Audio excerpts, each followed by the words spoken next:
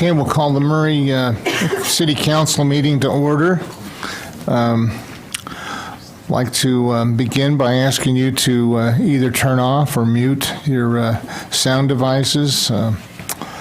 We also like to let everybody know that the council meeting can be viewed live on the internet and live streaming there.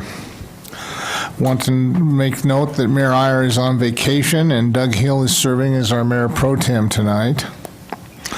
Let's begin with the Pledge of Allegiance. I've asked Janet Towers to lead us. Please stand and join me. I pledge allegiance to the flag of the United States of America and to the republic for which it stands, one nation, under God, indivisible, with liberty and justice for all. Thank you, Janet. Okay, I don't see any scouts in the audience, so okay, let's, if I could get a motion for the approval of the minutes from August 23rd. I would move approval of the minutes of the council meeting for August 23rd, 2016. I'll second. All those in favor? Aye. Aye. Thank you. We'll now have a special recognition. We'll be considering a joint resolution of the Mayor and Municipal Council of Murray City declaring September 11th through the 17th, 2016 as Public Power Week. I've asked Doug Hill to read the entire resolution. And Blaine, if you'll come up and join me. Blaine is the general manager of the power department.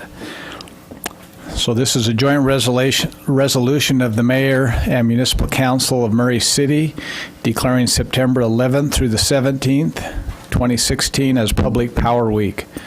Whereas Murray citizens in 1913 voted and approved the formation of the community's own municipal electric utility, and whereas the citizens of Murray City have owned and operated an independent electric utility, Murray City Power, for 103 years, providing our community with safe, reliable, and reasonably priced electricity.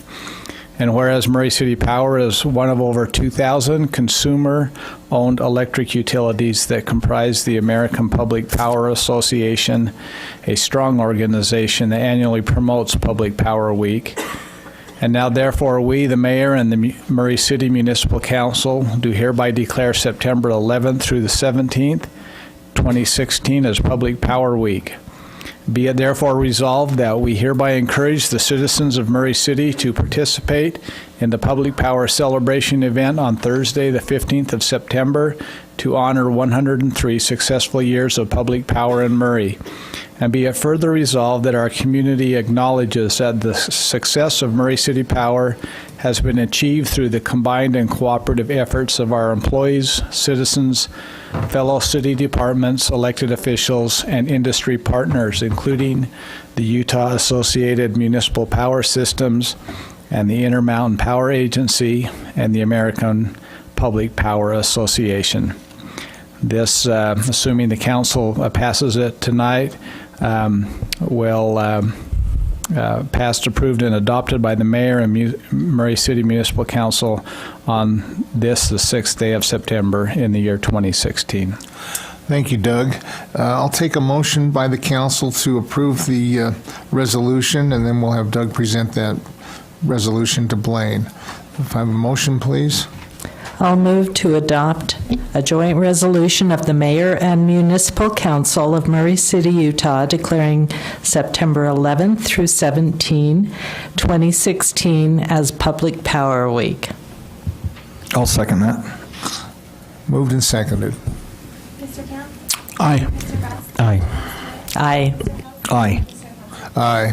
Thank you, Diane. Thank you, Brett. Thanks, Doug. Doug? Thanks. Okay, do you have anything to say, Blaine? Please feel free. Waiting for permission. Bet. Thank you. Thank you for having a power department. It's hard to believe over 100 years ago that the wisdom of those people back 103 years ago would make their own power department. I'm sure it was tough times back then. Probably economically unbelievable what they had to do to make this work. But we have 45 full-time employees. They're excited to invite you to the celebration a week from Thursday night at the pavilion by the parks offices in the Murray City Park. Please come between 5 and 6:30 for a hot dog dinner and our usual power bucks. Usually we have 750 to 1,000 citizens come and just look at our equipment, talk to our employees, and get a free meal. So surely the council and as well as any citizens are invited to come. But most of all, we thank you for your support of the Power Department. Hopefully we are an asset to the city. I think we are. But we're proud to be part of a Murray City family, and thank you very much. Thank you, Blaine. Okay, moving on, one of my favorite things is swearing in new Murray City police officers. There'll be Nicholas Unsicker, Donald McMullen, and Tyson Wendell. We'll have Jennifer Kennedy and Chief Burnett presenting. Thank you. It's been a busy day. Sorry. Got to see if I can focus here. I was just out doing real police work for a minute. I know, it's scary. This has been a real active summer for us this year. To quote that great philosopher Bob Dylan, the times they are a-changing. Yes. We've seen, we had 4 of our veteran senior police or officers retire this summer. That leaves a big hole. We had 2 other officers that have chosen employment elsewhere, one out of law enforcement and one out of state. So we've got 6 positions that we're working on filling. We've hired 4. You only see 3 of them here today. One will start the second part of the police academy in 2 weeks, and we'll be doing this with him he'll graduate around Thanksgiving. So that'll give us 4. We're still looking for 2 more. But this is good. This is fun to be able to bring new blood into the police department. To see these young men and women that want to serve the community and come in and test with us and go through the process. And we feel that the 3 that we have here today are really top notch. We fight with other agencies and try to get in there and get them before they get a chance, and we feel we've done that here. 2 of our new officers have just recently completed the police academy, Tyson Wendell and Nicholas Unsicker. Don McMullen comes to us from, is it Bloomfield? Bloomfield, New Mexico, where he served as a police officer for a couple of years. So he has some experience, and we're excited to have that translate. It's a little different than New Mexico, but we're glad to have them. So we'd like to get them sworn in so that we can get them on the road, starting to work already and tomorrow. So if you want to come forward. I guess I should introduce them. This is Nick Unsicker, Don McMullen, and Tyson Wendell. Just stand here in the front, face the audience. Okay.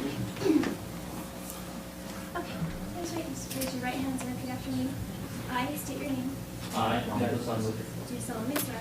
do solemnly swear To support, obey, and defend. to support, obey, and defend The Constitution of the United States. the Constitution of the United States And the Constitution of the State of Utah. and the Constitution of the State of Utah, And perform the duties of my office. and to perform the duties of my office As a Murray City police officer. as a Murray City Police Officer With fidelity. with fidelity.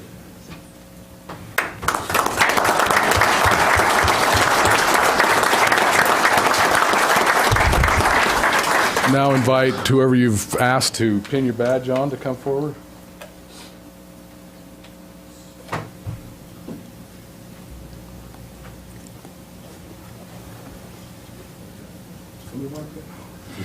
Tyson's or Don's family's still in New Mexico. He's up here getting himself situated before they come and join him. So I don't want to poke you, so I'll let you pin your own. That may not be a good thing.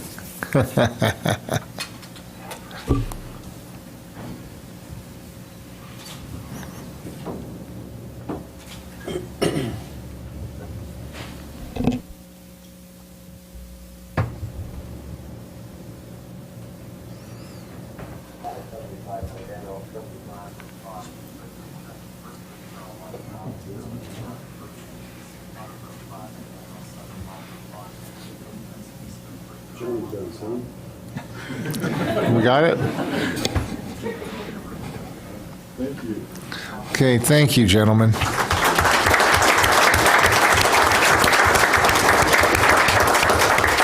Thank you, Chief.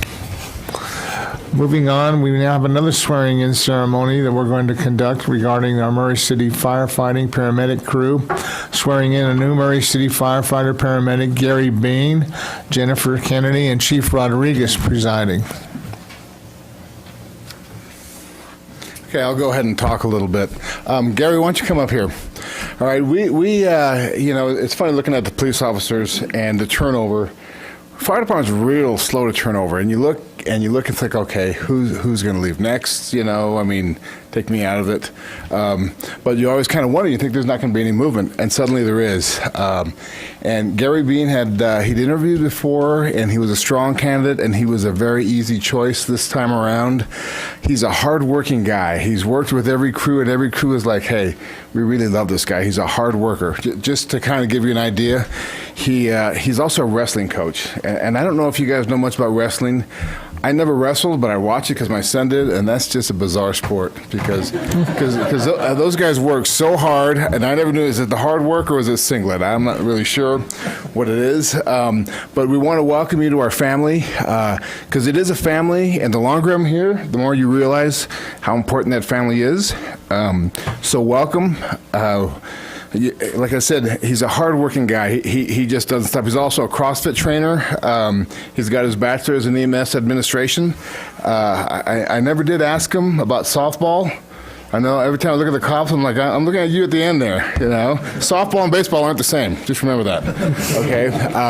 But with that, it is great, and welcome not only to the fire department, but to Murray City, because it is a great place to work, and we welcome you here. So without further ado, who's going to pin your badge? Is it Kayleen? Swear him in first. Yes, better swear him in first. All right, raise your right hand and repeat after me.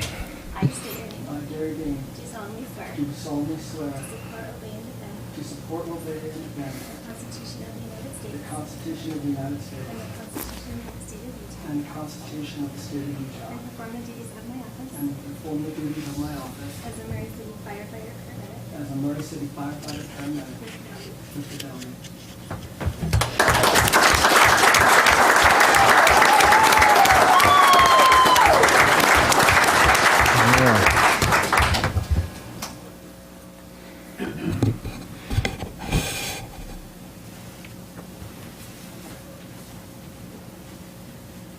Almost got it. It doesn't hurt that long.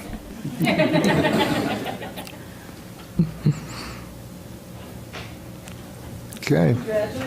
Gary, would you like to introduce your family? Thank you, everybody. I appreciate having me on board. Good. Well done. Thank you, Chief. Yes, please, Blair. Feel free. Just a quick comment. I want to congratulate and welcome all of you to Murray City, especially at a time when it's so hard to be in the law enforcement field, to you police officers, for you to be willing to do that, put your life on the line. And I just admire and look up to you. And the only one as I look up to more are firefighters, but no, I'm just kidding. No, seriously though, thank you, and it's good to have you here, and welcome to you too, Gary. I had a chance to meet Gary and his family out in the hall before the meeting started, and glad to have you as well. Thank you. Thank you, Councilman. I'd like to also make the observation that, and I'm sure you've heard this before, but whenever there's something like a life-threatening incident, whether it's an explosion or a fire or a man with a gun, whatever the case may be, everybody else is running away, but the firefighters and the police officers are running towards that debacle. And I've always remembered that as a councilman, and you'll always have my support. You do an outstanding job, and we appreciate you very much. I'd just like to say welcome to the Murray City family. It's great to have you guys, and I think you'll really enjoy it. It's a wonderful city. Thanks. Ditto. Thank you, Brett. Okay, we'll now move on to the citizen comment portion of our hearing. Comments are limited to 3 minutes unless otherwise approved. Now, if you're here for one of the public hearings, you won't need to comment now. You can do that during the public hearing. But if you're here for another matter and you choose to make comment, now's the time.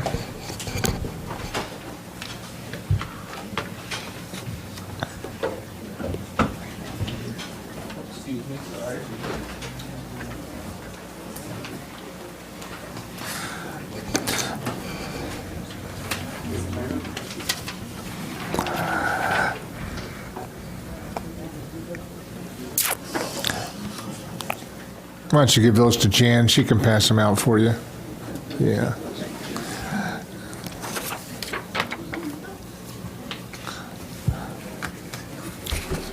I take your name as David. If you'll state your name and your address for the record. You bet. It's an honor to follow those policemen and firefighter and rescue worker. My name is Dave Hoy. I'm a retired Marine Corps colonel, and I retired after 31 years of service and moved back here to Utah because this is where my family is from. I looked around and found a nice place in Murray and have really liked it. I'm here tonight to talk about one of our councilmen, my councilman, Jim Brass. Our relationship is about his trees, so to speak. And the first incident took place about, 12 or 13 years ago. My wife came to me and said, Dave, our fence has been crushed by a tree. And I went out to the backyard, and sure enough, one of Mr. Brass's trees had fallen over during a big windstorm and crushed my wooden fence. I drove over to his house. He wasn't there, but his wife was there, and she was a very nice lady. And I said, gee, I'd really like you to pay, to have my fence repaired and get the 25 or 30 feet of tree removed from my yard. He hired someone, I think a Tongan, I don't remember his name. What I do remember about him is he had a son he was very proud of, number 41, who played for the University of Utah. Anyway, in talking with him, he told me that Mr. Brass was really, really angry that he had to pay to have the tree removed and my fence repaired. As a military guy, I have USAA insurance, and I found out that we could get $1,000, and I gave that money to the Tongan and said, hey, I want you to tell Mr. Brass I'm giving you $1,000. I guess I could have kept it because obviously, all the damage was from Mr. Brass's tree. Well, let's fast forward a few years. And back in May, I think, I have a huge cottonwood tree in my backyard, a huge cottonwood tree. And it's very important that I keep that tree laced out.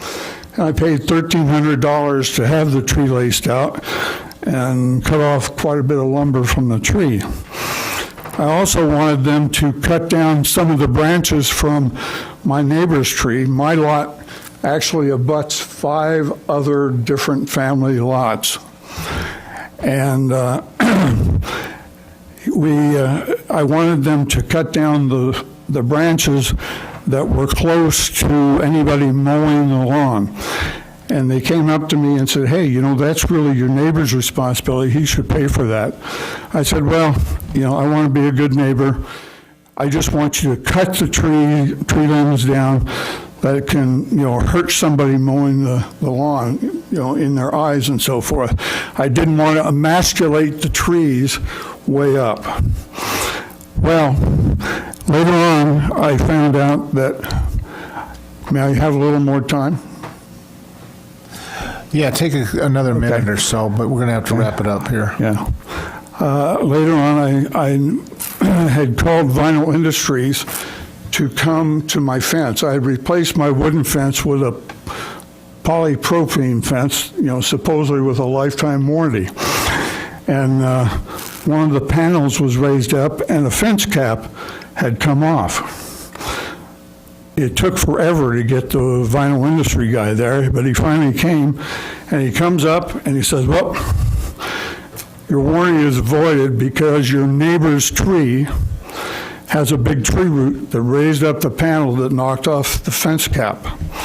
And I have to tell you that here's my fence, and his tree is right next to my fence, not a foot away, maybe about 4 or 5 inches at most. So that very day, I sent a letter off to Mr. Brass and said, hey, as a good neighbor, I'd like you to, to pay to have that tree root removed so I could get the fence fixed. I waited and waited and waited. And finally, after nearly 3 weeks, I decided to contact the mayor. I figured that, he was experienced and savvy, and he could, prevail upon Mr. Brass to make the said payment and be a good neighbor. Unfortunately, I was wrong. Okay, I'm going to have to wrap it up now, David, okay? Okay. Anyway, I sent another letter after the tree root was removed with a copy of the invoice to Mr. Brass, and I haven't heard a word, not a single word, and it's been almost 3 weeks. I have 4 letters. I have a couple extra packets that I made up for anybody who's interested. But, Mayor Ayer told me that he didn't, I asked him why Mr. Brass didn't come over to see me when I very nicely in my letter asked him to come anytime and I could show him the problem. I think we got it covered. Okay? Okay. Mr. Brass, you need to be a much better neighbor. All right. Thank you, David. Any other citizen comments? Okay, seeing none, I'll come back to the council. We have 3 public hearings scheduled this evening. Our first public hearing is presentation and public comment on an action to consider an ordinance amending the city's fiscal year 2016-2017 budget. Justin Zollinger presiding.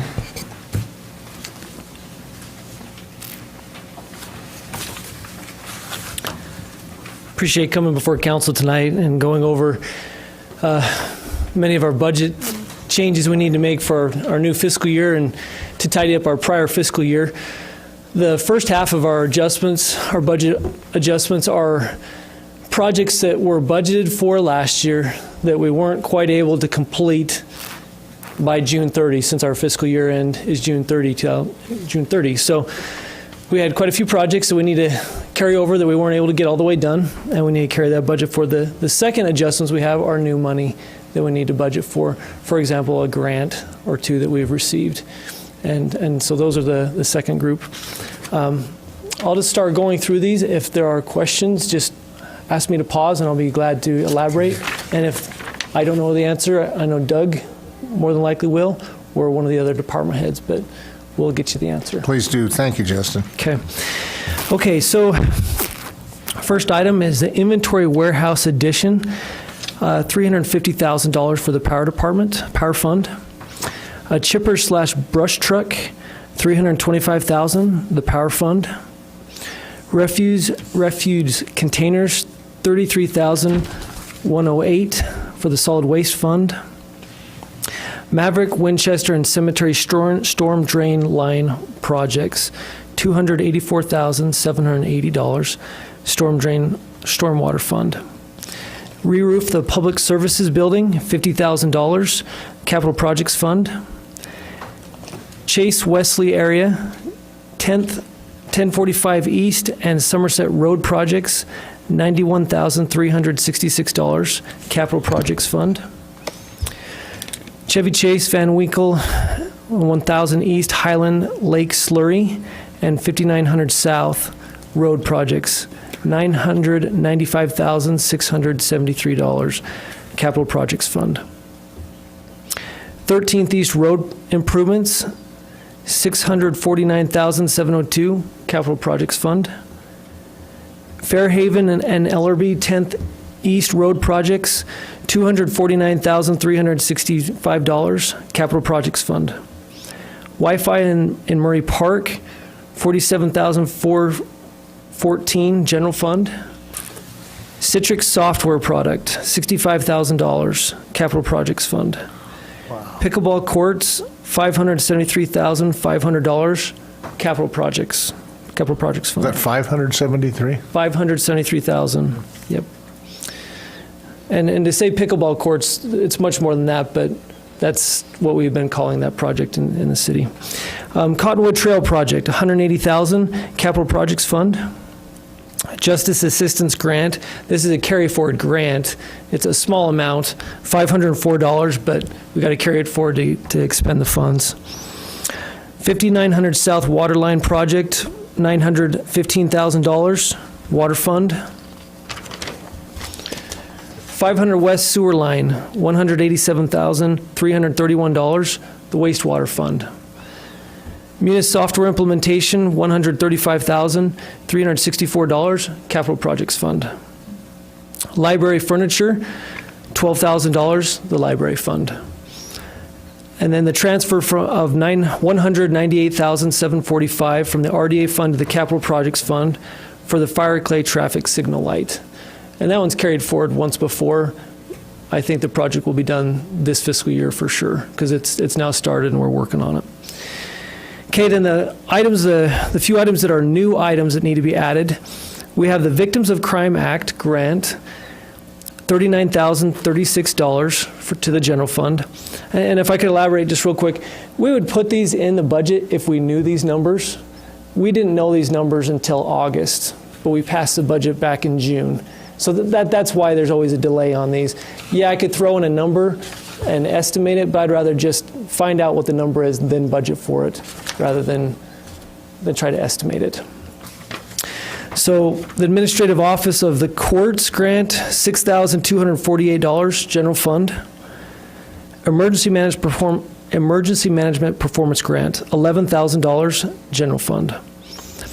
Hanover Road Design, $150,000, capital projects fund reserves is where that one's going to be paid with, or what it's going to be paid with. And then last, our utility survey, $50,000, capital projects fund reserves. And that is the long list of unfinished / new items to go on to our 2017 budget. Thank you, Justin. Do we have any public comment? Okay, seeing none, we'll come to the council. Is there any questions for Justin? Any comments? All right, could I have a motion, please? I'll make a motion. We adopt the ordinance amending the city's fiscal year 2016-2017 budget as read. I'll second. Motion and seconded. Mr. Kemp? Aye. Mr. Brown? Aye. Aye. Mr. Hill? Aye. Aye. Thank you, Jennifer. Public hearing number 2. Staff and sponsor presentations on an ordinance authorizing an interfund loan from the Power Fund to the Golf Fund. Justin presenting again. All right. We are getting a new irrigation system in our in our golf course. It's quite a substantial project. We were able to save up $1 million before we started this project. We still had a gap of $1.25 million to pay for the rest of it. The Power Fund was kind enough to say we have the reserves. You're welcome to borrow those. The rate in which we're going to borrow them at is 2%. The duration of the loan is 12 years in equal payments, with the first payment on July 31st, 2017. The payment amount of $118,199.50. Frank laughed when I put 50 cents on there. And again, the loan amount is $1,250,000. What's the life of that loan? 12 years. 12 years, thank you. There's no prepayment penalty. If we want to pay it off, if the golf course is able to do it more quickly, we can pay off the loan faster than that. It's just simple interest, and that's the loan. So any questions on that? Okay, any public comment? Seeing none, I'll bring it back to the council. I'll move to approve the ordinance authorizing an interfund loan from the Power Fund to the Golf Fund. I'll second that. Thank you, Diane. Thank you, Brett. Aye. Aye. Aye. Aye. Aye. Public hearing 3. This is a lengthy one that you have before you. Consider a resolution authorizing the issuance of a $6 million tax and revenue bond. Let's have Justin present this.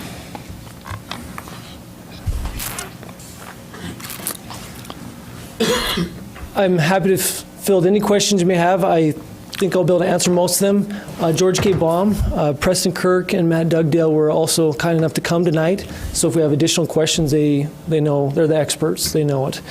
Tonight we have a parameters resolution. And what that means is the council is authorizing bonds of this maximum amount at this maximum rate for this maximum term. So for a parking structure.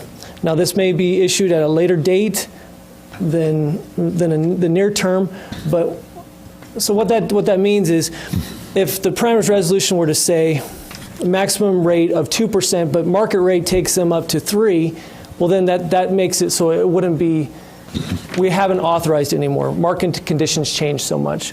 But so with the parameters resolution, it's 5% was a maximum rate that's on it, a maximum duration of 19 years, and the maximum amount of $6,950,000, if I remember right. I think that's it. That's correct. Yep. So that's what the parameters resolution is you're authorizing a bond to be issued with a maximum of these different criteria. So, And this is for the new parking facility in the Central Business District. yep, to help revitalize. How many floors is that parking? Do you know? That is not sure. The total stalls, I believe, was 614. 614, but Or we don't know. 617, 614. But yeah. Do you know, Jim, off the top of your head, how many levels that is? You know, I don't. It's a question of how big a footprint they make it. It could be up to 4. Okay, thank you. Okay, any public comments? Okay, please come forward.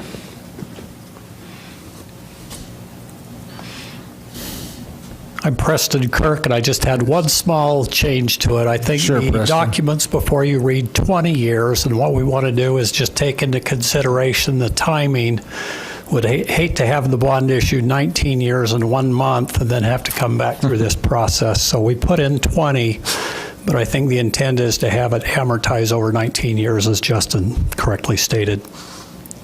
Okay, thank you, Preston. We have a pretty broad resolution covering this, so I think we'll be fine. Any more public comment?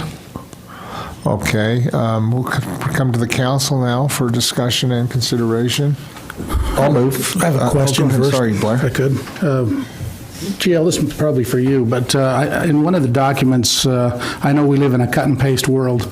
Some of the information in one of the documents I was looking at referred to city officials from other cities and addresses that were, from another city, and that it just makes me wonder if there are other things that need to be cleaned up, and is that an issue that needs to be looked at before this is? We'll do that, yes. Okay.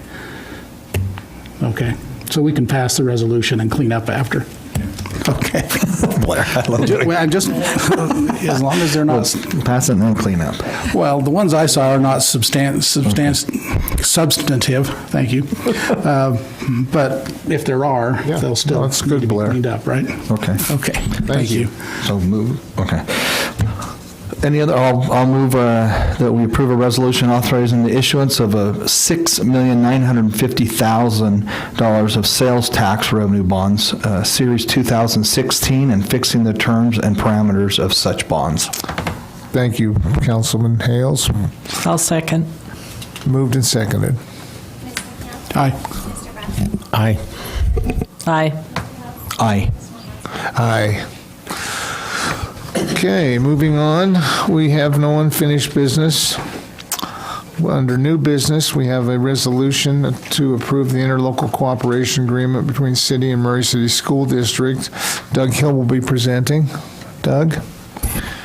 Thank you. For many years, the city has partnered with the Murray School District to provide funds for a music specialist and a music trainer. Recently, the Murray City Arts Advisory Board felt like this was the amount of time that was being spent by the music specialists was not appropriate for the amount of money that the city was funding. And so they had suggested that we get together, the city and the school district, and work out some terms or conditions by which the school district would need to meet in order for them to receive the funds for the city. So we did that. We sat down, we negotiated the agreement that you have before you tonight, and feel like it's a win-win for both organizations. So as long as the Murray School District will live by the terms, the amount of time that they have their students receive music instruction, the city will reimburse them for those costs, training costs, and so on and so forth. And so we're presenting this to you this evening and recommending that you approve this. It's a one-year agreement, and assuming that it's satisfactory at the end of the school year, we'll probably be back on an annual basis to present this similar agreement to you each year. The money, I should add, the money has been included in the budget as part of the cultural arts budget. Thank you, Doug. Any questions for Doug? Okay, seeing none, I would entertain a resolution. I'll make a motion that we adopt a resolution approving an interlocal cooperation agreement between the city and Murray City School District providing city financial assistance for district music specialists and district music trainer. I'll second. Moved and seconded. Mr. Kemp? Aye. Mr. Brass? Aye. Ms. Turner? Mr. House? Aye. Mr. Raponski? Aye. We'll now hear from the Mayor Pro Tem. Any reports to offer, Doug? No, the mayor didn't have any report. No? Okay. Well, that was quick. Any questions of Doug? Yeah, I've got a page of Yeah, I was just thinking, finally, you're looking better and better, Mayor. Yeah. All right. Well, okay, I think we'll adjourn. Thank you.